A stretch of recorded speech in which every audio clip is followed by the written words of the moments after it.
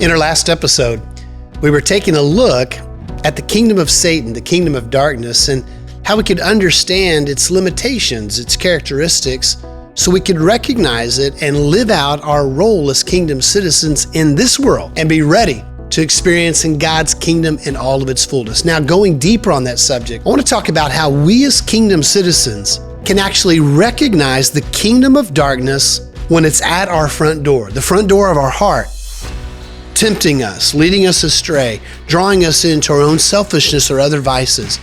How we can recognize when the kingdom of darkness, the kingdom of Satan, is active and in opposition against our family, against our neighbors, within our community, and in the greater world around us. As a kingdom citizen, we've got to understand what is the kingdom of God and magnify it and multiply it and extend it and expand it and enjoy it and walk in it and live it out. But listen, as a kingdom citizen who's really going to take it deeper, we must understand the opposition. I'm going to read you kind of an obscure text that sounds like the Chronicles of Narnia or one of those kind of shows when you hear about it or see it. But in Revelation chapter 12, we get a little bit of insight into what it looks like to actually recognize the kingdom of darkness and its ways and its work. Now, it gets a little crazy with some of the language, and we're not going to deal with all that right now, but just stay with me as we get through it. This is Revelation chapter 12. A great and wondrous sign appeared in the heaven. A woman clothed with the sun and the moon under her feet, and a crown of 12 stars on her head. She was pregnant and cried out in pain as she was about to give birth. Then another sign appeared in heaven. An enormous red dragon with 7 heads and 10 horns and 7 crowns in his head. His tail swiped a third of the stars out of the sky and flung them onto the earth. The dragon stood in front of the woman who was about to give birth so that he might devour her child the moment it was born. She gave birth to a son, a male child, who will rule all the nations with an iron scepter. And her child was snatched up to God and to his throne. The woman fled into the desert to a place prepared for her by God, where she might be taken care of for 1,260 days. And there was a war in heaven. Michael and his angels fought against the dragon, and the dragon and his angels fought back. But he was not strong enough, and they lost their place in heaven. The great dragon was hurled down, and the ancient serpent called the devil, or Satan, who led the whole world astray. He was hurled to the earth, and his angels with him. And then I heard a loud voice in heaven say, "Now have come the salvation and the power of the kingdom of our God and the authority of his Christ. For the accuser of the brethren, who accuses them before our God day and night, has been hurled down. And they overcame him by the blood of the Lamb and the word of their testimony, and they did not love their lives so much as to shrink from death. Therefore rejoice, you heavens, and you who dwell in them. But woe to the earth and the sea, because the devil has gone down to you. He is filled with fury, because he knows that his time is short." Listen, I want to take the time just to read you that, because I want you to see the epic story kind of put into this graphic summary of a battle that's taking place. Kingdom citizens, we are in a battle, and we must be able to recognize the opposition force. We need to know the extent of its power, of its kingdom. We need to know the limitations that have been placed on it. We need to know its agenda. And we understand the characteristics, as we talked about in our previous episode, so we can understand it and recognize that ancient serpent at work in our modern times. Here's what I want to put before you as a kingdom citizen to take this lesson a little bit deeper. How do we train ourselves to recognize the kingdom of Satan, the enemy at work in our world, in our present reality?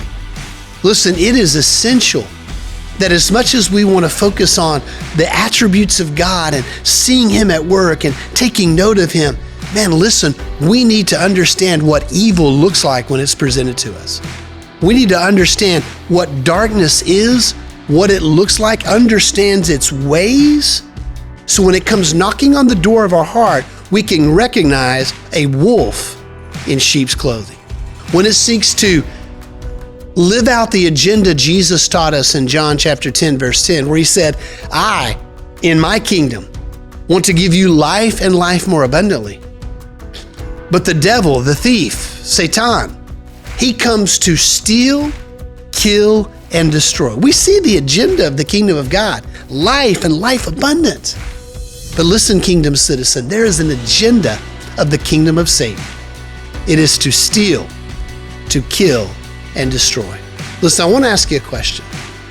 Can you recognize the kingdom of darkness when its agenda is being imposed upon your life, your family, your neighborhood, your school, your community, the world around you? Do you know how to combat its agenda, its limited power, and its counterfeit opposing force? Listen, I grew up in a tradition that was like, hey, we talk about God, but we don't talk about the devil. The devil's such a rascal and such a scoundrel. He gets credit even when you talk bad about him. So just don't talk about him at all. And I really bought into that you know what, I'm just going to ignore the kingdom of darkness. I'm going to ignore Satan. I don't want to fall in those traps where everybody's looking for a demon behind every bush and, giving the devil too much credit. Don't give that rascal anything.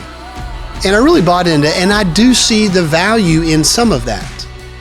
But I think if you overplay that hand, you weaken yourself as a kingdom citizen to not be able to call what it is, to be able to see darkness and recognize it as darkness and know how to confront it and combat it, to see the trappings of the kingdom of this world enslaving people and know what it is, the realities of it, and how to rescue and redeem them from it. To understand that there is an agenda of the kingdom of Satan.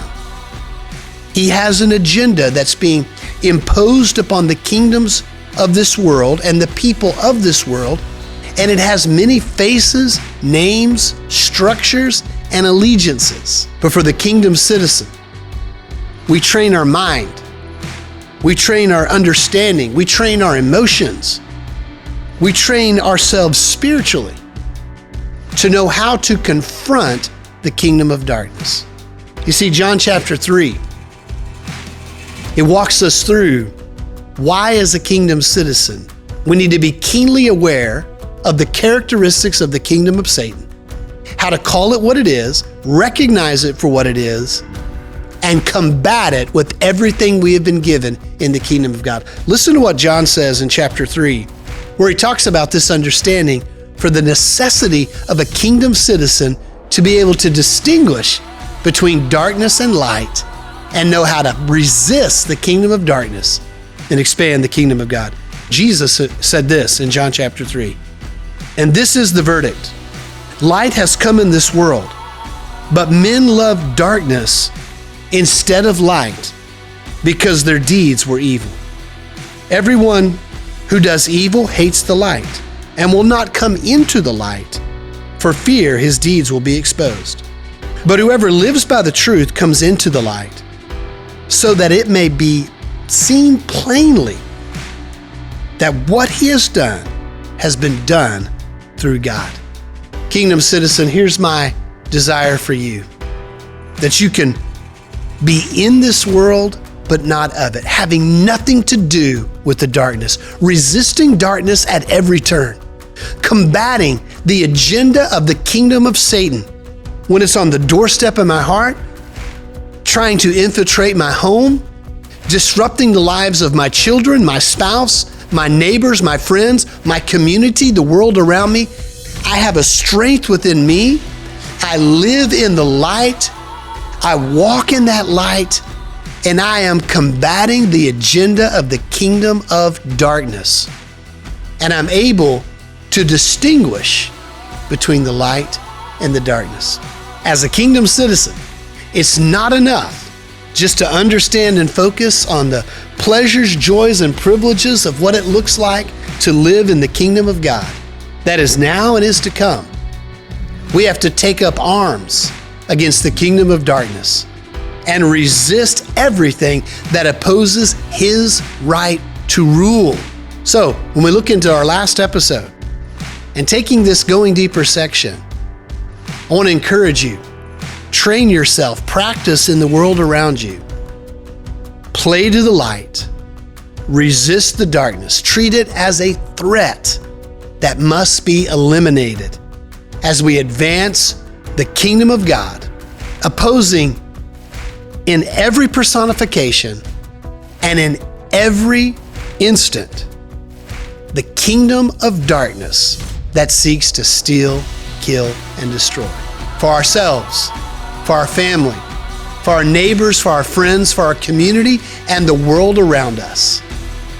Let us live in the light, proclaim the light, and shine the light all around as a kingdom citizen.